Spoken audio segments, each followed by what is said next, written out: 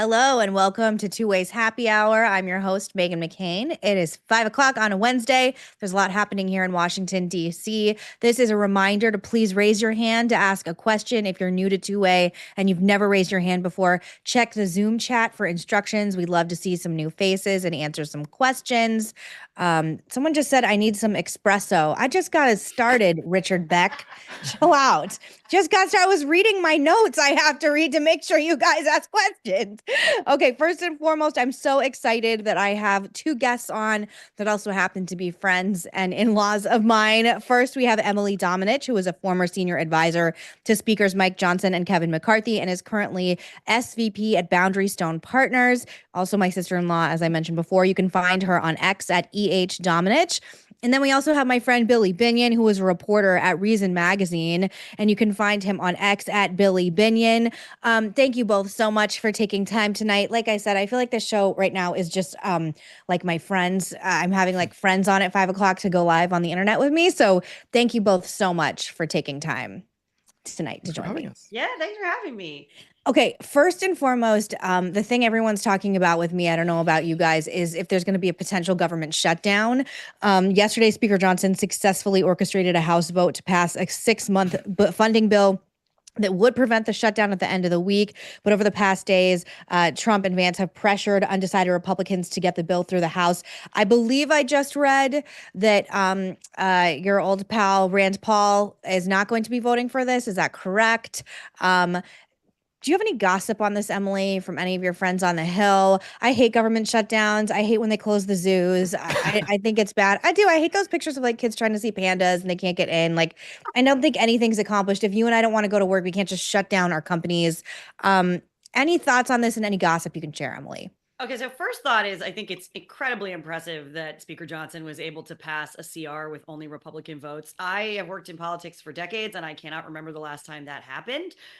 We got one bonus Democrat, but he didn't need him to pass the bill. So, like, it's very impressive. Most of these guys all said they would never vote for CRs ever and then flipped after. Okay, for the normies listening, what is a CR? Continuing resolution. So it basically means you take the level of government funding that we had all of last year and you just keep it going. You don't change anything. You don't move anything up. You don't move anything down.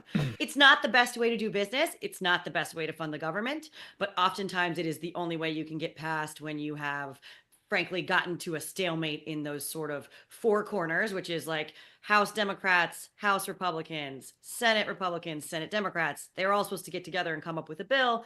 If you run out of gas on that four corners negotiation, the CR is usually the best way to move things forward and fund the government and keep it open. The thing that's spicy about this time around is that for years, we have heard Democrats say shutting down the government is the worst thing that could ever possibly happen. Republicans are insane for ever doing it. It's the worst choice in the world. And now all those same people flipped around and just voted to shut down the government. They voted for it almost as a universal block in the House. All but one Democrat voted to shut down the government. And now in the Senate, Chuck Schumer is saying they don't have the votes to pass this clean CR and they'll let the government shut down. So it's a real role reversal from what we usually see in DC. Do we know who the one Democrat is? It's Jared Golden from Maine, which doesn't surprise me at all because Jared Golden basically has to pretend to be a Republican to win re-election. Billy, do you have thoughts on this? You probably love government shutdowns. You love it when children can't get into national parks.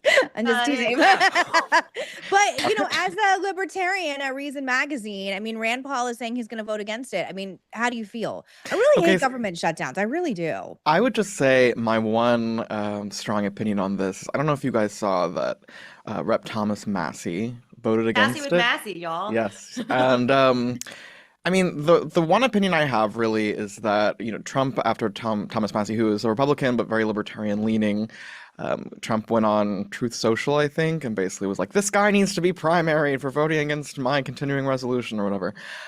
I find it pretty unserious because Trump's pitched one of his core campaign promises, right, was slashing government spending, reining in the debt and deficit, and the CR would not do either of those things. I mean, over 10 years, I think they said it would be 19 trillion added to the debt. Okay, but it's not a 10-year bill, so be fair about it. It's like sure, but I think that Thomas Massie is very principled, and he's saying, I will vote in favor of something that at least tries to cut spending. I know your point actually is very well taken, that the idea that Democrats are opposing this, it doesn't really make sense to me because they were fine with it, 30 seconds ago. But Thomas Massie has never been fine with these insane spending bills. He has been very consistent on this, despite Trump spreading lies to the contrary. And I just think it's kind of ironic that he would make that pitch to voters and then try to primary the one guy who's actually trying to, hold that accountable. Yeah, and like I said, you can go back and look at all the votes that Thomas Massie has on these CR bills, and he's always been like, nah, I think the one he voted for was actually when McCarthy was speaker, and it had an 8% decrease in discretionary funding. And he was like, okay, I can vote for that because at least we're trying. But otherwise, he's always voted no, and I respect it. Yeah, I will say, fairness to Thomas Massie, he's very consistent. And I think that he is what he is. He's always been this way, whether you like him or don't. In defense of President Trump and this sort of proposal to just do the CR and move on, the big money cuts are going to come from reconciliation. And the longer we screw around with the annual funding, which is only through September, the less time we have to move the really hard stuff that's going to actually bring down the debt and deficit, which is what we need to do in reconciliation. So the argument here is let's just clear the decks for right now on this one thing so we can focus on the big hard thing that's going to be really hard for us to do, that's going to really matter in that 10-year, 20-year spending arc. Sure, I do hear you. I think I'm just relieved that someone is putting a spotlight on, because it finally feels like for the first time in a really long time, Americans are engaged on our excessive spending, which has been a problem for a very long time. There's a reason our national debt, I think the last I checked, which is, because it increases every second, it was around 36 trillion. And I'm relieved that we're shining a spotlight on that. I like it too. Yeah, I think that's something this whole panel can agree on. I'm not mad at Thomas Massie. I was surprised to see him being compared to Liz Cheney. I don't like which is not accurate. Yeah. But also everyone you don't like isn't Liz Cheney. Everyone I don't like isn't I don't know. I find it really reductive. But I do want to ask you guys. I am the last person to ask about economic things. You can ask Emily. I have to have an accountant help me with everything. I am bored by economic things normally. I just don't. I don't know. There's some people that stick MSNBC in their veins and, infuse it all day long. I am not that person. That being said, I am concerned and confused about these tariff wars. The EU and Canada, we've just found out, have both retaliated against Trump's steel and aluminum tariffs with their own levies, which will impact billions of dollars worth of products, including bourbon, motorcycles, and peanut butter. So I'm telling you, my brother Jimmy's going to have a real hard time with the Jimmys of the world. President Trump is now facing the worst economic approval rating of his second term. Can we show number 3 with CNN with Trump's polling specifically on the economy, if we have it? All right. So what about the economy specifically? How are people feeling about the job he's doing there and the economy as a whole? So if you look at the issue set overall, how is he handling the whole host of issues that we tested? There are some issues he scores quite high on. 51% approve of his handling of immigration. But you ask the key question, the economy. It is by far issue number 1 for voters. Nothing really comes close overall for Americans. And on that score, he's actually performing a tick below his overall approval rating. 44% approve of his handling of the economy. You see that there below his job overall there, the economy 44%. 56%, Sarah, disapprove. He is minus 12 percentage points on the issue that Americans say is the most important. Okay, so this is honestly the thing that's freaking me out. And on Fox News Sunday, Trump said this is a period of transition because what we're doing is very big. It takes time. Look, we're going to have disruption, but we're okay with that. On just a personal note, on the other side of my family that doesn't talk for money, which is everyone else except me, is in the beer business. And this aluminum thing is really going to impact beer, which again, I'm a Budweiser drinker, whatever, but I don't like the idea of bourbon, motorcycles, peanut butter, and beer being impacted. I don't like anything being impacted, but I'm getting nervous. Is anybody else getting nervous? I don't understand this. So I'll give one data point here because we're hearing these this is catastrophic approval ratings for Trump. Biden's approval rating on the economy was in the low 30s, high 20s. Yeah. So let's take this with a grain of salt here. People are still in fairness, way happier. His brain was mashed potatoes, so it's fair, but they're still happier than they were 6 months ago. I would say, I think, President Trump has been really clear about that he believes in this using tariffs as part of a tool to sort of get your allies and adversaries to do what you want them to do. Many of these other countries have tariffs against U.S. goods. And the idea is that if we push back, then maybe that we can get back to the negotiating table and figure out a better path. I think most people are rightfully concerned about this being like a long-term, this is the new reality where everything has high tariffs on it. The better outcome is to say, these tariffs are bad for us, they're bad for Canada or whatever other country they're being levied against. Let's negotiate a deal where it's more fair for everyone. I think that's where the Trump administration wants to get long-term, but we're not there yet. Are you a big fan of the tariffs, Billy? No, I also think we should make a distinction here. I hear Emily when she says using tariffs as a negotiating tactic, but there are also some people who really want the American public to believe that tariffs are not only a negotiating tactic, but actually good for the working class, the middle class of America, which is just simply untrue. And that's untrue for a few reasons. For one, there is this kind of MAGA nostalgia to bring back manufacturing as an industry, but that it very much ignores why manufacturing declined in this country in the first place, which has to do with automation, taking away the need for so many people to be in these factories, working these back-breaking, physically gruesome jobs where people would, lose fingers. And I would say that having technology replace some of those dangerous jobs is a good thing. And it also speaks to the fact that consumer choices change over time. So in the 1970s, for instance, of course, manufacturing was more in need because we were making more physical goods. Whereas now, Megan, you're a parent, you were using Netflix and after-school activities and these sorts of things. Consumers are still spending money, but they're just spending money in different ways. And so I find that the idea that tariffs are a good idea to bring back this, 1950s to 1970s era, it's not only, it wasn't a better way of life than we are richer by pretty much every metric now.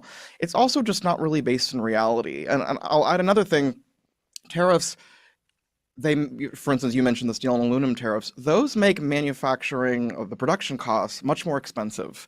So it ends up kind of being a wash when you look a lot of the data, whether or not we're making more jobs. A lot of these companies end up having to spend so much more money to make the same goods, which is deeply problematic for a lot of these business owners who are the ones hiring people and creating jobs.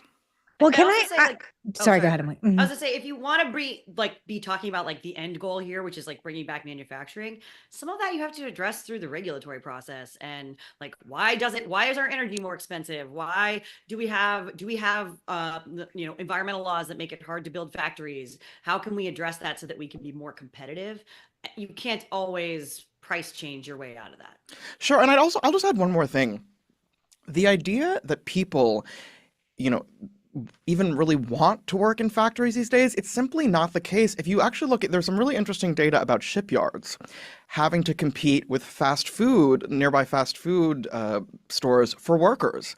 And shipyards are having trouble filling jobs because people would rather go work at, say, Burger King than go work at the shipyard where you're going to break your back. Might have really long-term physical ailments that come from this work. You don't want to work in a shipyard, Billy? I think, oh my God, I would perish.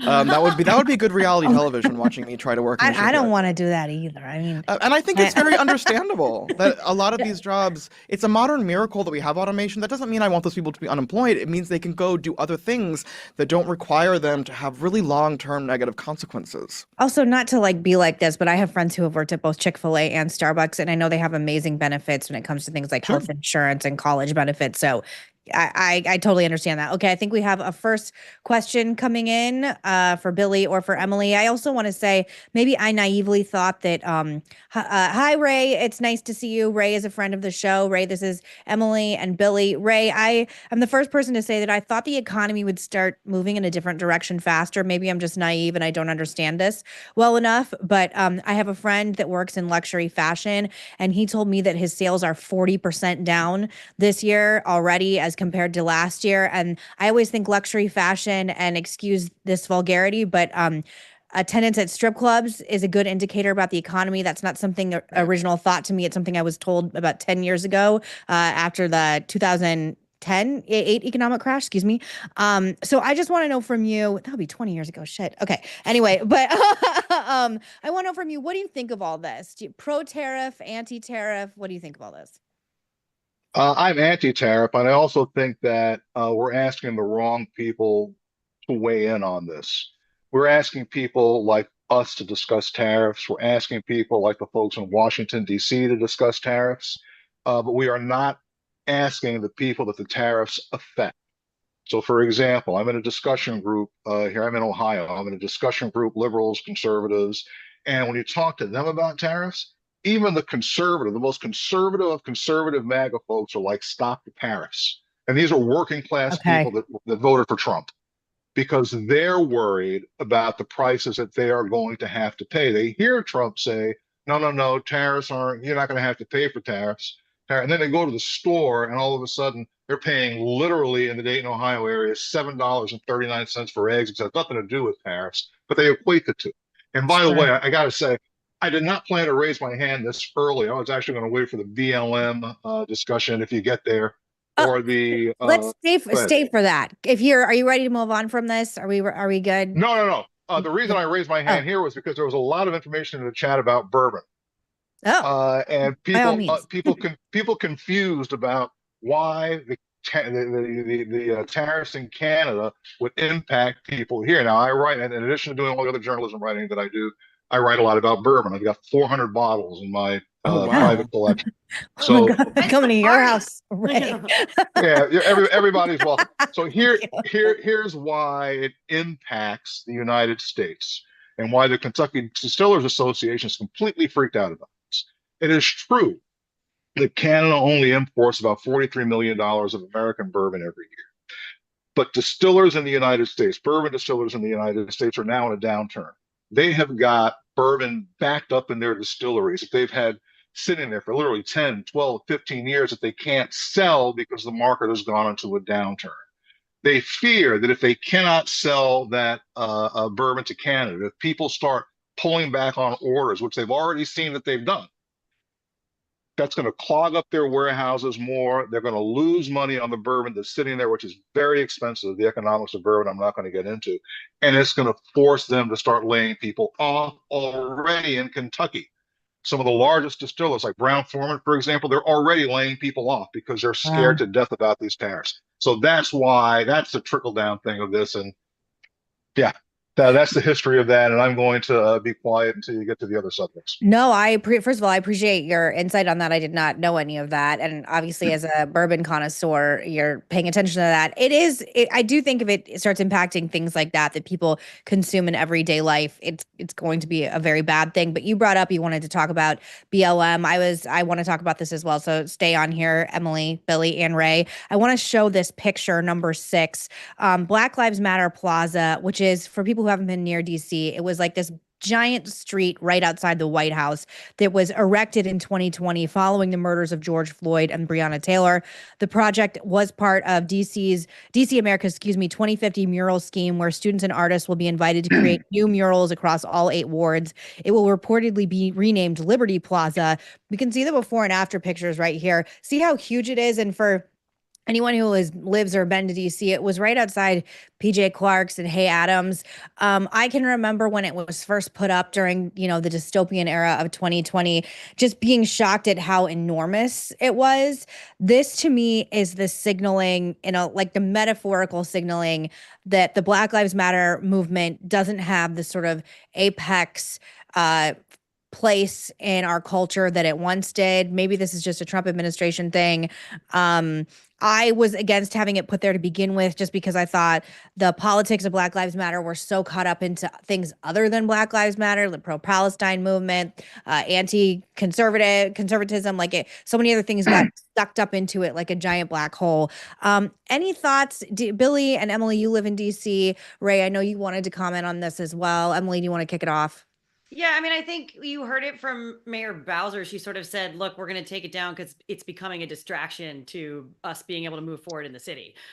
It's, I think, frankly, an admission from the left that maybe this messaging didn't work. It didn't accomplish the same things that they said it would if they leaned in on this issue. It didn't bring people together. It didn't create more conversations. It didn't help address these problems. And they're kind of throwing in the towel on it. And I'm not surprised, but I think, it shows sort of a reckoning in the Democratic Party going forward in terms of like how they address these cultural issues. Billy. Yeah, I mean, this is gonna sound like the most annoying libertarian thing to say, but I mean, I'm your token Should we libertarian. check the number of times you say that in Right. this Well, program? I mean, it happens often enough. I have a real issue with using taxpayer dollars, especially in public spaces, to push ideologies that a lot of taxpayers who are forced to fund these things don't agree with. I mean, I think people's thoughts on Black Lives Matter aside, everyone, of course, is entitled to their view. But that area is like a very famous, it's right in front of the White House. It's like an area people go to when they're in DC, but they want to see it. It's a huge, I mean, DC is a walking city. I used to walk by that area all the time. And I don't think, I'm not going to act like it's this huge injustice, but I think that it's problematic when governments use taxpayer dollars to push things that divide people because we don't have any choice in funding these things. I also think you mentioned Megan, you mentioned Black Lives Matter being kind of outed as something that's not just about making sure people know that Black Lives Matter, which of course is the truth, but those scandalous news stories about some of its leaders using funding for living lavish lifestyles and things like that. I mean, to me, the organization has kind of discredited itself, especially including among people on the left who are like, okay, well, I mean, publicly, I just think it's faced too much scandal to really be taken that seriously anymore. Ray.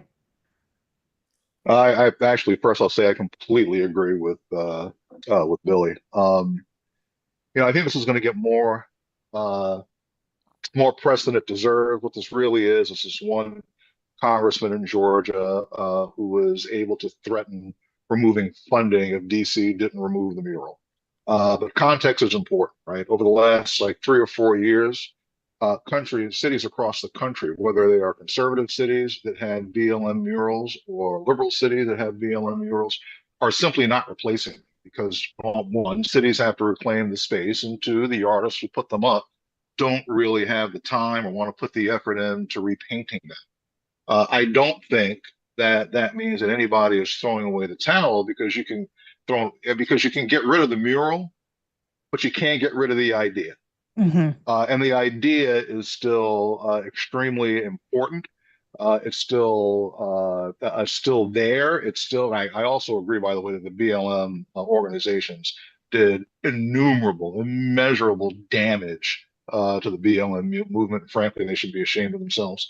But I think the idea behind BLM will stay even when the murals go, because just like anything else in history, there's always a point in history where there's a rush. Let's take Vietnam, for example. There's a rush for Vietnam protests and Vietnam murals and Vietnam plaques, and those have all gone away. It's the same thing. Yeah, and I think you're right. I think it's not like the idea is going anywhere, but sadly, much like I think the Me Too movement and the Women's March, these movements got so caught up in productive politics. I mean, I remember when the BLM, I think it was the Los Angeles chapter, put the image of paragliders after October 7th. Like, I don't think that that's representative of the sentiment behind the origination of Black Lives Matter at all. And it's really unfortunate that so many of these movements have been, really damaged by really poor leadership. But that's a tale as old as time when it comes to things like that. Anything else any of you want to add on this? I just add that I agree with Billy too here. The way to avoid the federal government having to put things up and take things down is for the federal government not to pick random social issues that they want to lean in on that half the country either misunderstand or don't agree with or have a different perspective on. There's plenty of private philanthropy to do this kind of work and to raise awareness for all kinds of causes. And the federal government doesn't need to be in that business. Yeah, I agree. Ray, anything else you want to add before I say goodbye?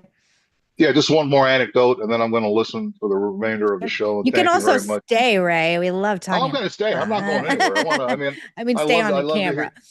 I love to hear I'll do that too, but I love to hear the different viewpoints. This is just an anecdote which really began to sour me on the BLM movement, as strange as that might sound.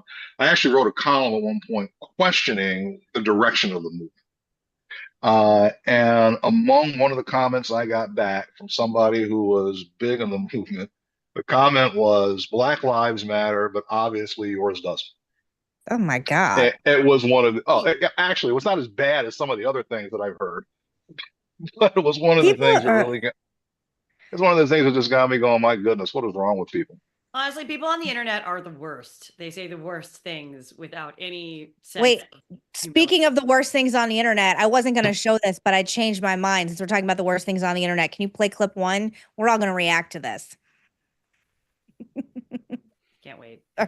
Just lost the war. So we are not Oh, no. negotiating from a position of It's not strength. Sorry. I'm not taking Russia's side. I'm on America's side. This is terrible for us. We've exposed how weak we are. We couldn't beat Russia, which many members of the U.S. Senate assured me was, quote, a gas station with...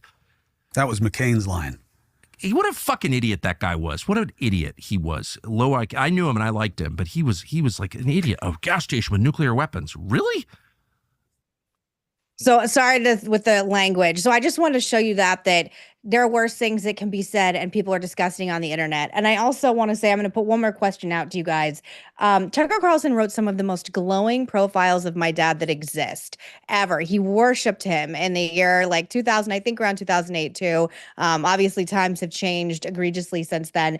This isn't about me or my family, but why is it that people like Tucker Carlson need to virtue signal like that about certain people that like they're idiots, despite the fact that, you know, my dad's been dead for 7.5 years. Like, I just don't understand this anger and this meanness that has overcome so much of our political cycles. I'm certainly, you know, guilty of popping off from different times, but I like to consider myself a measured person. I certainly wouldn't say anything like that about anyone. Do you think that we're like too far gone? I think this is part of the reason why we're so divided and so many people are opting out of politics right now. There's a small percentage of people who operate in this space that can't get on TV, and they only get on TV when they say crazy stuff.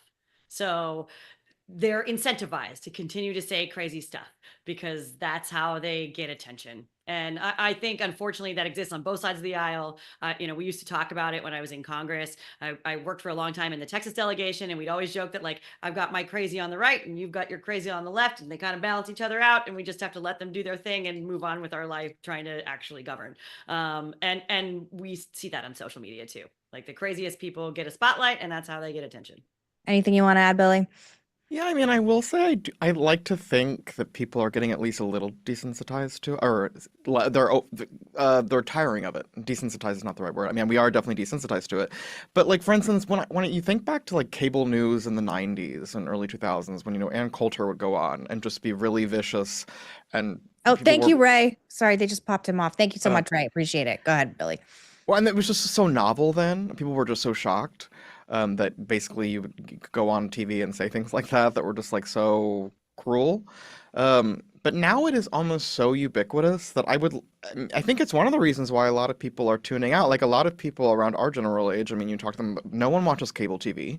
The numbers are so abysmal. And I think people, you know, millennials and younger are just kind of like unsubscribe.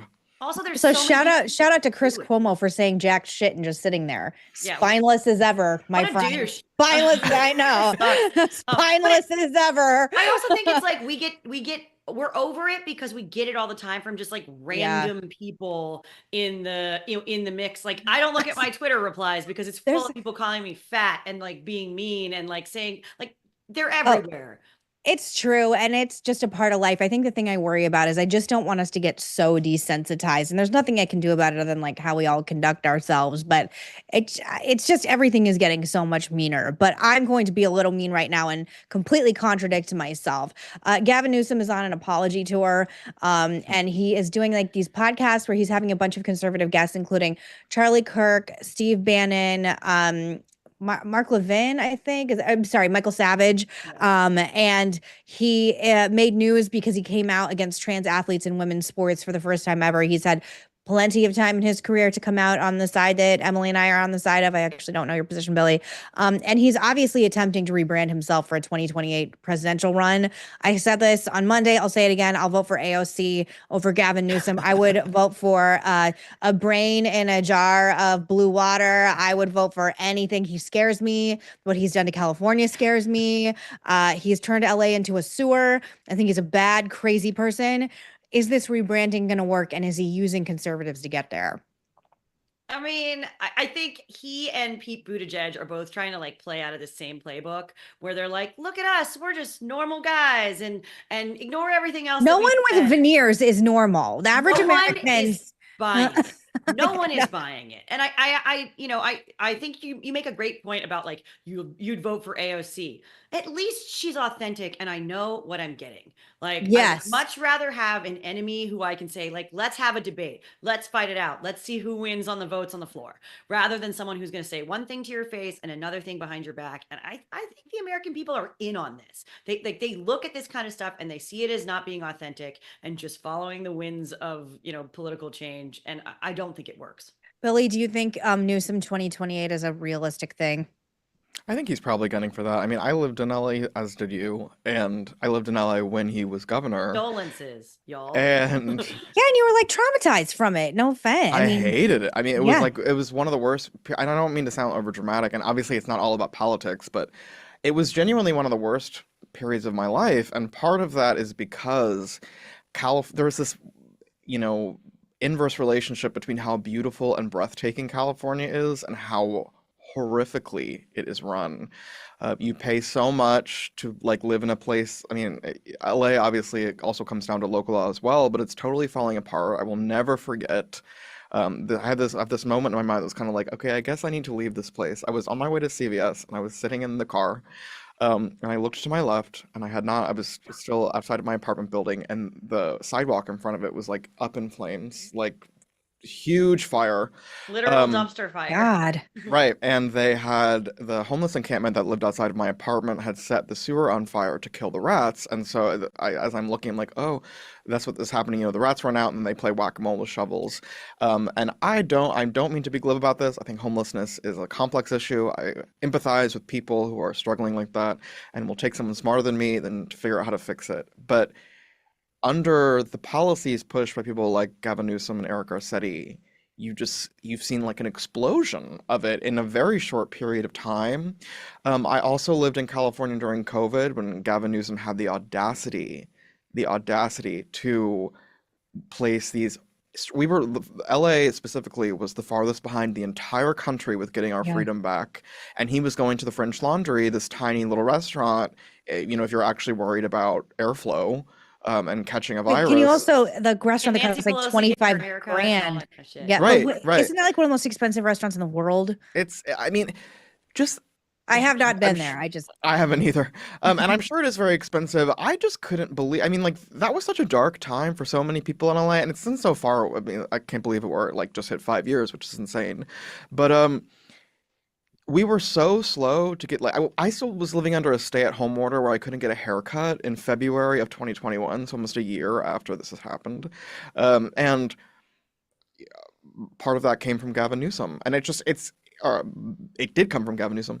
And it's hard for me to look back and have any respect for him. I think that he really, really showed kind of that he places power over basic common sense. I mean, I know that COVID was very novel and everyone was just trying to figure it out, but I mean, California was behind everyone and there was a reason and he was a big part of it.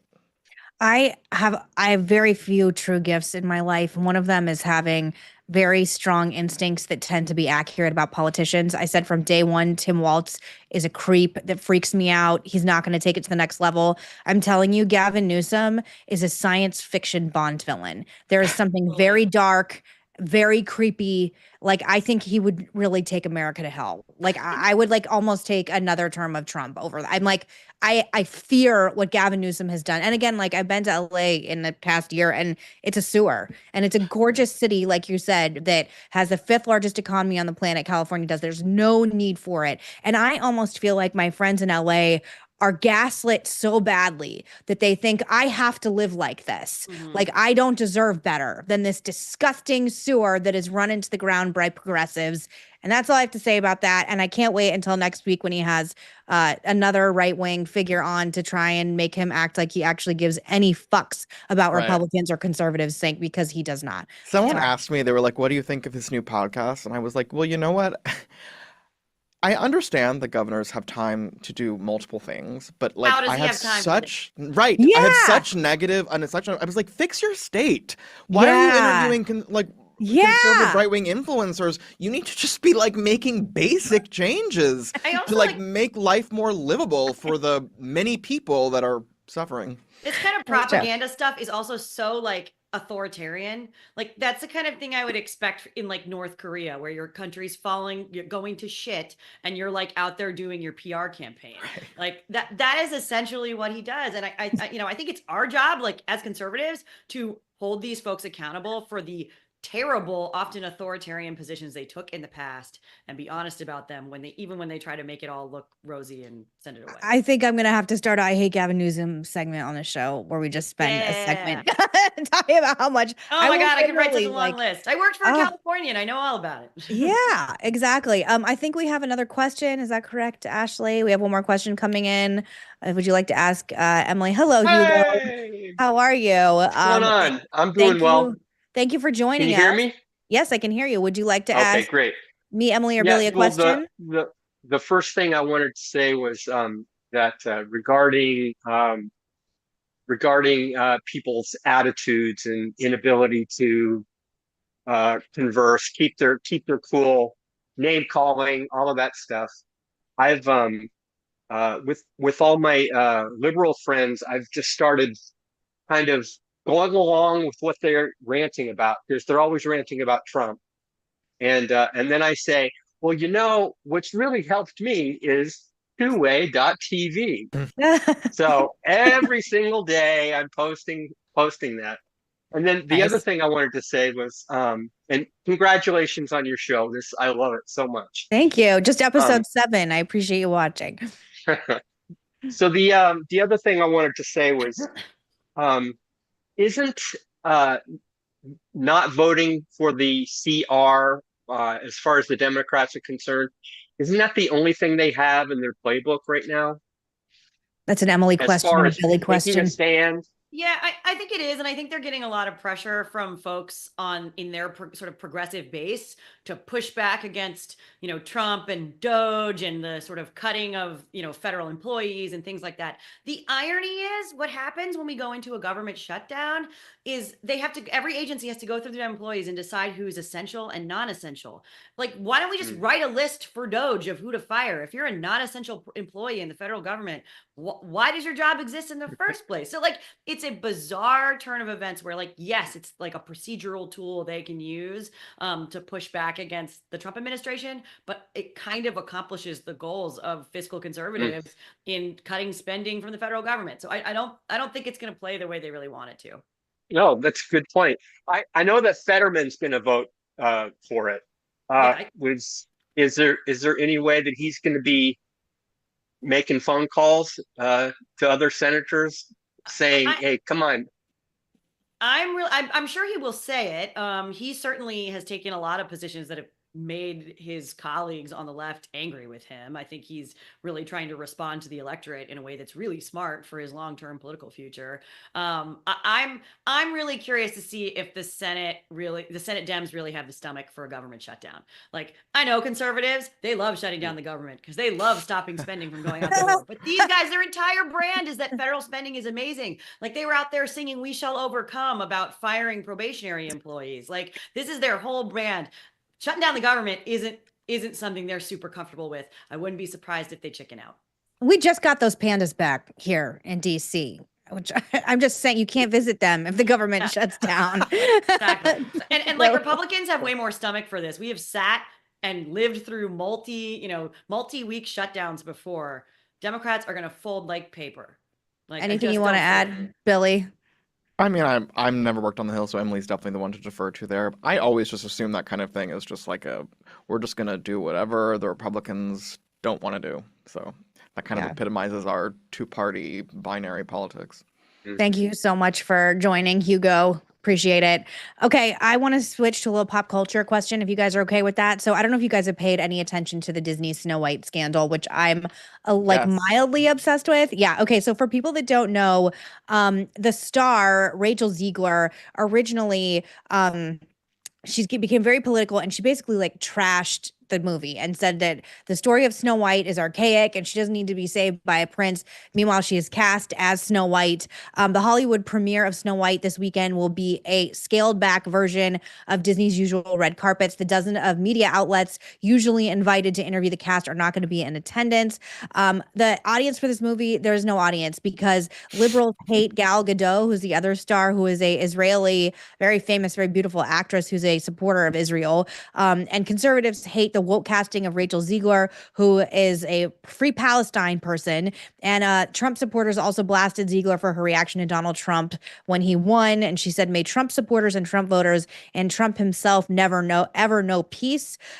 Peter Dinklage, the actor from Game of Thrones, has also come out against the portrayal of the film's dwarf casting of dwarves, even though I believe they have since changed that. This movie is like a cluster. Like, I remember seeing the original interview and being like, why do you want to play Snow White if you hate her so much?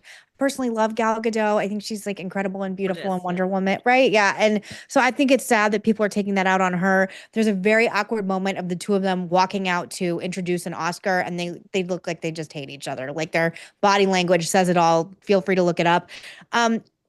Is this a mess? What's wrong? Like, I'm sick of Disney live action movies anyway, but I would say, again, like, becoming political if you're an actor is very tricky.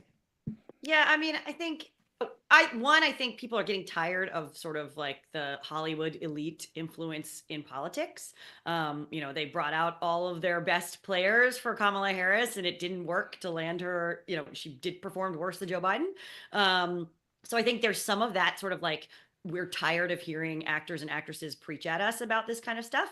But I do think also, like, to your point, I really loved your point about how, like, if you don't like Snow White, don't play her on TV. No one's making you do this. You could sign up for any number of other films where there is like a warrior princess. Like, Disney has tons of movies like that. Maybe try to pursue one of those instead of coming in and sort of shitting on an old classic story that you don't actually have to like or participate in. Also, I think like the idea that anybody is prettier than Gal Gadot in this market, I don't want to be put up against her. She's fantastic.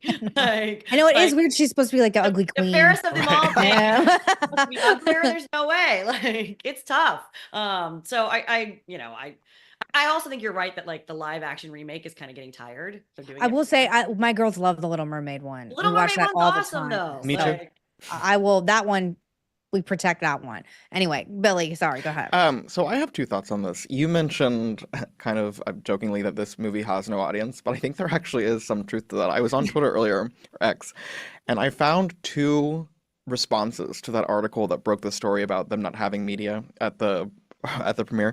One person quote tweeted and said, "Rachel Ziegler controversies. Trash the original film, trashed half the country's politics, other woke nonsense.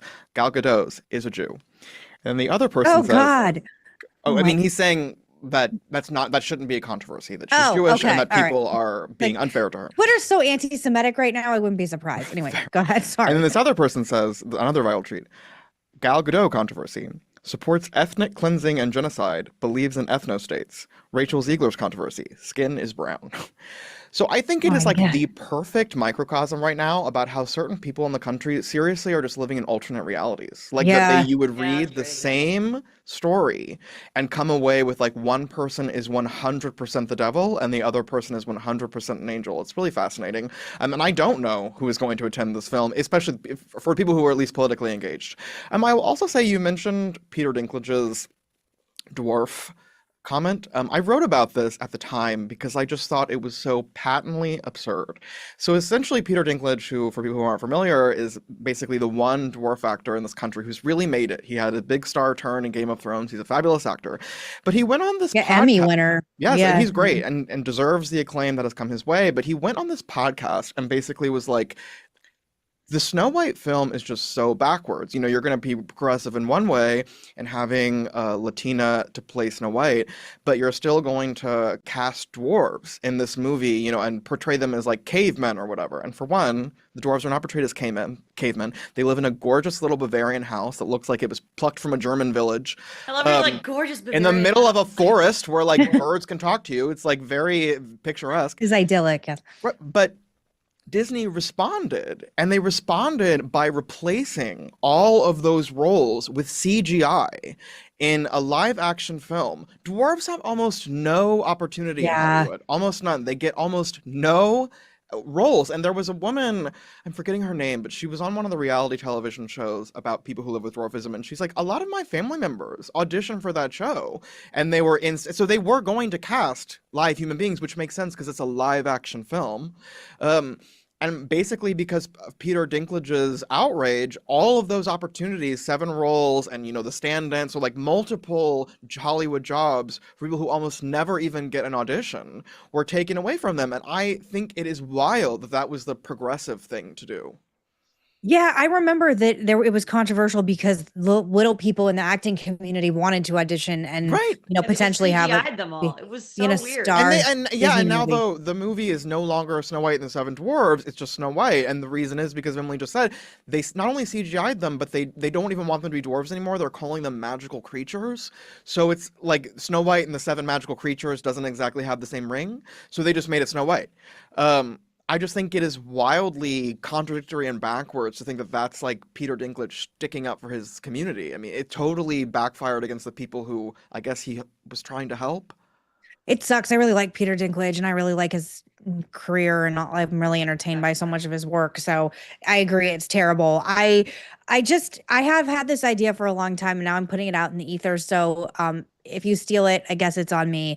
But Emily and Billy, you are invited. I want to start a corporation or a small company where you can just hire me and my friends to tell you what non-woke people think.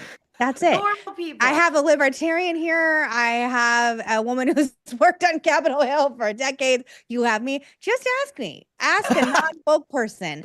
And I'll tell you, hey, keep Rachel Ziegler. Don't have her talk shit about the original movie that's beloved, Academy Award-winning, groundbreaking film that, by the way, my little children still are enamored with, and we just watched somewhat recently. Like, I just don't understand. I think sometimes people just get like so tunnel vision in their spaces that they don't even think about anything. I think we have time for one more quick topic, right, Ashley? All right, I got to do this with you because I'm just obsessed with this too. Okay. Gayle King and Katy Perry are going into space.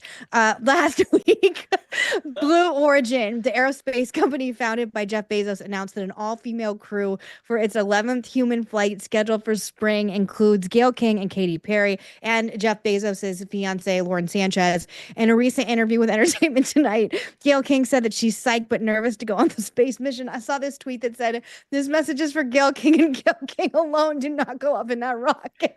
There's no way. You couldn't pay me enough money to go in that rocket. I was gonna something that has always terrified me. Did anyone see the movie Gravity? It was Sandra Bullock. It came out 12 years ago. So scary. Yes. That is even ever since I was a little kid.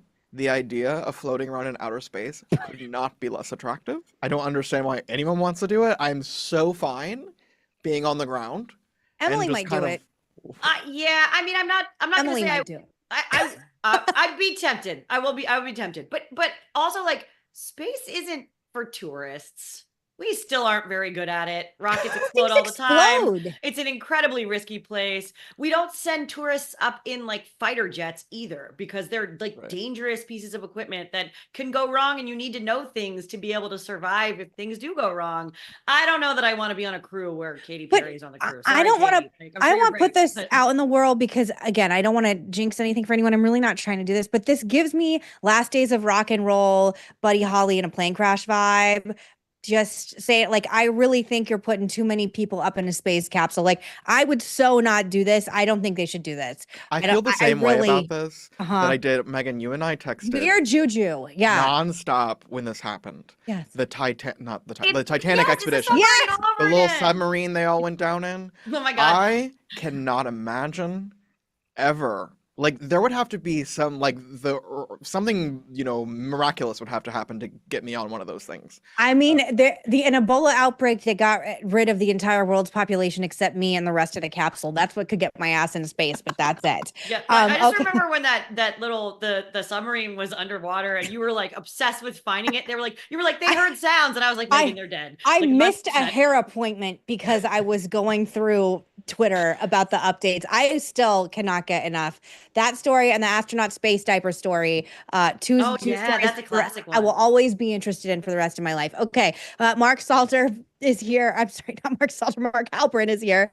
Very prestigious journalist. Would you go up in space with Gayle King and Katy Perry and Lauren Sanchez if they invited you? Like for real? No. Yes. as like the opening of a joke. No, sure. like would you for real go? They're really going. I know they're going, but you're saying would I go? No, I would not go. I would not go, but I'm not sure I'd go in space with anybody. It seems a little risky and dangerous. I agree. I don't, and I feel like this is a way for Jeff Bezos to sort of like compete with Elon because his 100%. Rockets keep exploding. Yeah. So. Hey, Emily and Billy, do you guys know each other super well? We do. Yeah, I thought so because you have. I mean, I heard at the top, but I wasn't clear to me if you met. You're both friends with Megan or friends with each other because you guys have what we call in the TV business super hot chemistry. Oh, there we go. I mean, if Megan ever takes vacation, and we hope she doesn't, I know who I want the two guest hosts to be. We're ready to fill in, ready to serve. Yeah. Yeah, Emily absolutely. they're both so amazing and they're my friends and I keep just having my friends on, but sometimes it's fun to just talk to your friends about news. So far, I know I got to get a real guest in instead of this riffraff. Emily. Yeah, that's good. Who you have on your show? Well, who do we have on our show? Hogan Gidley, who works for Speaker Johnson and worked for President Trump. I like to call him Gidley Hogan just to cute. I like just it. to mess him up. And Alex Eisenstadt, who writes for the Axios and has a big book out on Trump. And then we have a guy from C-SPAN who did the super C-SPAN-y great thing. He went and interviewed all the freshmen and women member of Congress about like their personal backgrounds. And we're showing some clips from that. And I will tell you, it is C-SPAN meets White Lotus. Like my favorite show. It's just like you'll see these people and you'll be like, wow, that's a member of Congress? Super compelling.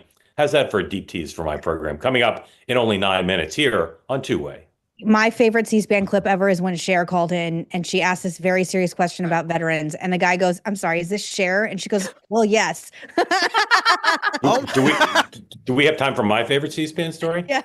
See if I can tell it in a minute. Michael Kelly, great writer for the New York Times, the New Yorker, didn't know very much about politics, but he covered it. But he covered it like an outsider. And so he was booked to be on C-SPAN with Brian Lamb the day after the midterms one year. And he showed up drunk. I mean, hungover. Sorry, not drunk, hungover. And he hadn't covered anything. He figured the questions would all be easy. And Brian Lamb said, to what significance do you attach to the re-election of Evan Bayh? And he had no idea who Evan Bayh was. No. So he said, I attach no particular significance to that. And Brian Lamb said, you attach no particular significance to the re-election of the first Democrat governor of Indiana in 92 years? And Michael, who was very funny and smart, said, oh, that Evan Bayh. That's my favorite C-SPAN story. You can pull the clip. It actually happened. Great show. Thank you all for joining. I'll see you Hungover on C-SPAN's a vibe. I'll see you in 8 minutes.